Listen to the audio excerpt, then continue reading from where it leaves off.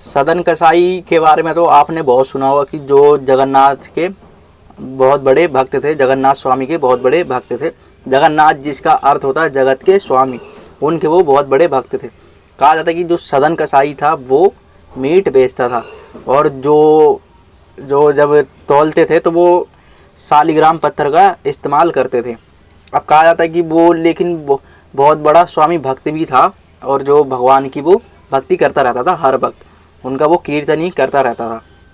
अब कहा जाता है कि एक समय जब सदन कसाई अपना कार्य कर रहा होता है, मीट काट कर बेच रहा होता है और सालिग्राम पत्थर का इस्तेमाल कर रहा होता है उनको तौलने के लिए, तो एक पंडित वहाँ पर आता है। अब वो इस चीज़ को देखकर शौक हो जाता है और उस पर क्रोधित हो जाता है, और उस पर कहता है कि हैं तुम ये क्या कर रहे हो अधर्मी कहीं के, तुम सालिग्राम पत्थर से जो है मीट तौल रहे हो, लाओ मुझे इस पत्थर को, मैं अपने पास ले जाता हूँ इसे अपने साथ। तो जो कसाई होता है वो उसको दे देता है। अब जो सदन कसाई होता है, अब वो सालिग्राम पत्थर दे देता है, तो जो स्वामी जी होते हैं, पंडित जी, वो उसको ले जाते हैं। अब वो क्या करते हैं कि उनको बढ़िया से धुलाते हैं, उनका अभिषेक करते हैं बढ़िया से, उनको भोग लगाते हैं, खीर पूड़ी जितना भी उनसे बन सकता था वो कर देते हैं उनके। अब जो कहा जाता है कि जब वो सोते हैं तो जो ठाकुर जी होते हैं, अब वो उनको सपने में दर्शन देते हैं और वो कहते हैं कि तुम मुझे वहीं पर छोड़ाओ, वापस तुम वहाँ से मुझे लेके तो आए हो लेकिन वहीं छोड़ाओ। लेकिन जो स्वामी जी होते हैं, पंडित जी, वो कहते हैं कि स्वामी जी वो तो अधर्मी है, मीट बेचता है, आप उनके पास क्यों जाना चाहते हो, वो तो पापी है। वो कहते हैं कि देखो मुझे कईयों का देखो श्रृंगार पसंद आता है, कईयों का फल पसंद आता है, मुझे कईयों का चढ़ावा, इस तरीके से वो बताते हैं कि जो भक्त होते हैं वो मेरे लिए जो जो करते हैं वो मुझे पसंद आता है। लेकिन जो सदन कसाई है उसके तराजू में मुझे लुढ़कना पसंद है, मैं यहाँ से वहाँ लुढ़कता हूँ। और सबसे बड़ी बात यह है कि जब भी वो कोई भी कार्य कर रहा होता है ना, भले ही वो मीट बेच रहा होता है, लेकिन उस समय में वो मेरी भक्ति कर रहा होता है और कीर्तन करता रहता है। तो वो कहते हैं कि तुम मुझे वापस छोड़ाओ। अब जो कहा जाता है कि सदन कसाई होता है उसके पास में वो स्वामी जी आते हैं और वो सालिग्राम पत्थर उसको उनको देने लग जाते हैं। तो वो सदन कसाई कहते हैं, महाराज ये आप मुझे क्यों दे रहे हो, मैं तो देखो इस मीट का काम करता हूँ, मैं इनको कैसे रख सकता हूँ। तो जो स्वामी जी होते हैं वो बताते हैं कि देखो जो ये भगवान है, इन्होंने मुझे रात में दर्शन दिए और ये खुद तुमसे मिलने के लिए जिद करते हैं, और वो कहते हैं कि मुझे सदन कसाई के पास ही छोड़ाओ। तो वो स्वामी जी कहते हैं लो तुम इन्हें अपने पास ही रख लो। अब जो कहा जाता है कि सदन कसाई हो जाते हैं वो बहुत ज़्यादा भावुक हो जाते हैं कि हैं स्वामी जी खुद मुझसे मिलना चाहते थे, ठाकुर जी मुझसे मिलना चाहते थे। कहा जाता है कि उसी समय जो सदन कसाई होते हैं वो अपना मीट का काम धाम छोड़ के चले जाते हैं और कहते हैं कि तुम अभी तक मुझसे मिलना चाहते थे, अब मैं तुमसे मिलना चाहता हूँ। कहा जाता है कि वो जगन्नाथ जी के पास जाने लग जाता है। अब वो रास्ते में पूछते पूछते जगन्नाथ जी के पास जाने लग जाता है। रास्ते में देखता है कि जो पंडित जी होते हैं और जो कुछ लोग होते हैं वो भगवान के कीर्तन गाते हुए जा रहे होते हैं उसी ओर।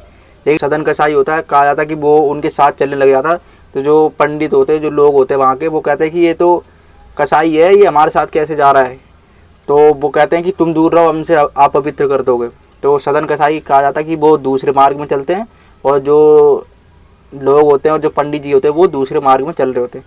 अब कहा जाता है कि सदन कसाई एक घर के पास जाकर रुक जाते हैं, उसके बाहर जाकर रुक जाते हैं। अब कहा जाता है कि जो सदन कसाई था वो बहुत ज़्यादा सुंदर था, उसके नैन नक्श, उसके चेहरा, बाल, कान, हर चीज़ उसके बहुत ज़्यादा सुंदर थे। तो जो घर के बाहर बैठा हुआ था, तो जो उस घर की जो स्त्री होती है वो बाहर निकल के आती है, उस सदन कसाई को देखकर वो मोहित हो जाती है और वो सोचती है कि मैं इसे शादी कर लूँ। लेकिन जो स्त्री होती है वो पहले से ही शादीशुदा होती है। अब जो सदन कसाई होता है उसको वो इशारे करती है। तो जो सदन कसाई होता है वो कहता है कि देवी आप जाओ, मुझे कुछ कर लेना देना नहीं है आपसे, मैं यहाँ पर शांति से बैठा हुआ हूँ। तो जो कहा जाता है कि जो स्त्री होती है वो कुछ और समझती है और वो अपने पति का वध कर देती है। वो सोचती है कि इसने मुझे बोला है कि मैं अपने पति को मार दूँ तभी जाके ये मुझसे शादी करेगा। तो वो अपने पति को मार कर आती है और फिर वो कहती है कि देखो मैंने अपने पति को मार दिया, अब तुम मुझसे शादी कर लो।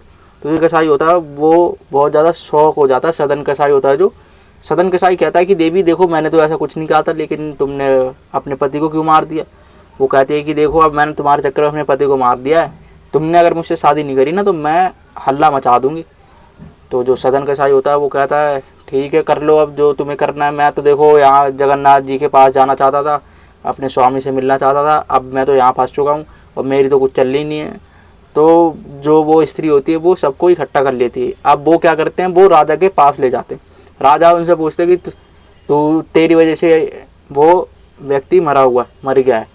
तो कहा जाता है कि जो राजा होते हैं वो कहते हैं कि तुझे कुछ कहना है। वो कहते हैं कि नहीं मुझे क्या करना, मैं तो देखो स्वामी भक्त हूँ, मैं तो अब वहाँ मिलने जाना था मुझे, लेकिन अब ऐसा कुछ हो गया हादसा, अब मैं क्या कर सकता हूँ इसके लिए।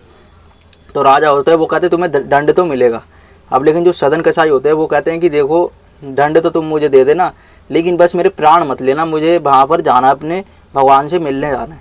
तो जो सदन कसाई होते हैं उसके राजा कहा जाता है कि हाथ कटवा देते हैं। अब वो सदन कसाई होता है वो इस चीज़ का बुरा नहीं मानता, वो कहता है चलो हमारे स्वामी भी ऐसे ही है। आपने देखा ना जो जगन्नाथ भगवान की मूर्ति है उनके हाथ नहीं है, तो वो कहते हैं चलो ठीक है हमारे स्वामी जब ऐसे तो हम भी ऐसे ही सही। अब कहा जाता है कि जो सदन कसाई होता है वो जब जाने लग जाता है राजा के यहाँ से, तो अब उसके हाथों से देखो खून तो बह रहा है, तो वो अंदर ही अंदर प्रार्थना भी कर रहा होता है कि भगवान बस मैं आपके पास आ जाऊँ, उससे पहले मुझे मौत मत देना, क्योंकि हाथ से देखो खून बह रहा, खून बह जाएगा तो इंसान की मृत्यु हो ही जाती है। तो जो सदन कसाई होता है अब वो जाने लग जाता है। अब सदन कसाई जब जगन्नाथ जी के पास पहुंचता है तो जो जगन्नाथ जी होते हैं वो हिलमिला उठते हैं, वो मतलब खुश हो जाते हैं, आनंदित हो जाते हैं, और वो पुजारी जी से कहते हैं कि जाओ मेरा एक सबसे बड़ा भक्त आया, उसको तुम पालकी ले जाओ और उस पालकी में लेकर आओ। अब जो सदन कसाई होता है वहाँ पर जहाँ पर होता है वहाँ पर स्वामी जी भी आते हैं और वो कहते हैं कि जो भी जगन्नाथ जी का सबसे बड़ा भक्त है वो मेरे पास आओ, और भगवान जी ने मुझे बोला कि मैं उसे पालकी में ले जाऊँ।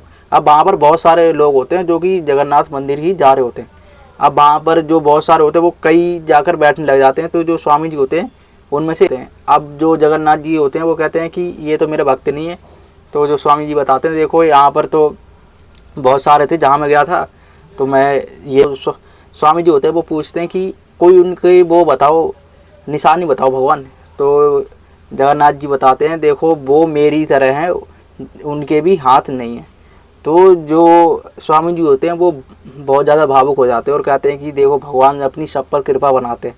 वो कहा जाता है कि सदन कसाई को लेने जाता है, और सदन कसाई जो कि जब भगवान जी के पास जाते हैं तो वो स्वामी जी कहा जाता है कि तुम दंडावत करो। तो सदन कसाई को पहले तो अफसोस नहीं होता, लेकिन अब अफसोस होता है कि मेरे पास हाथ होते तो मैं दंडावत करता, लेकिन अब हाथ ही नहीं है। तो जो भगवान जी होते कहा जाता है उनको वो हाथ दे देते हैं सदन कसाई को, और जो कि सदन कसाई जो एक मीट बेचता था वो इस तरीके से भगवान जगन्नाथ का बहुत बड़ा भक्त बन जाता है।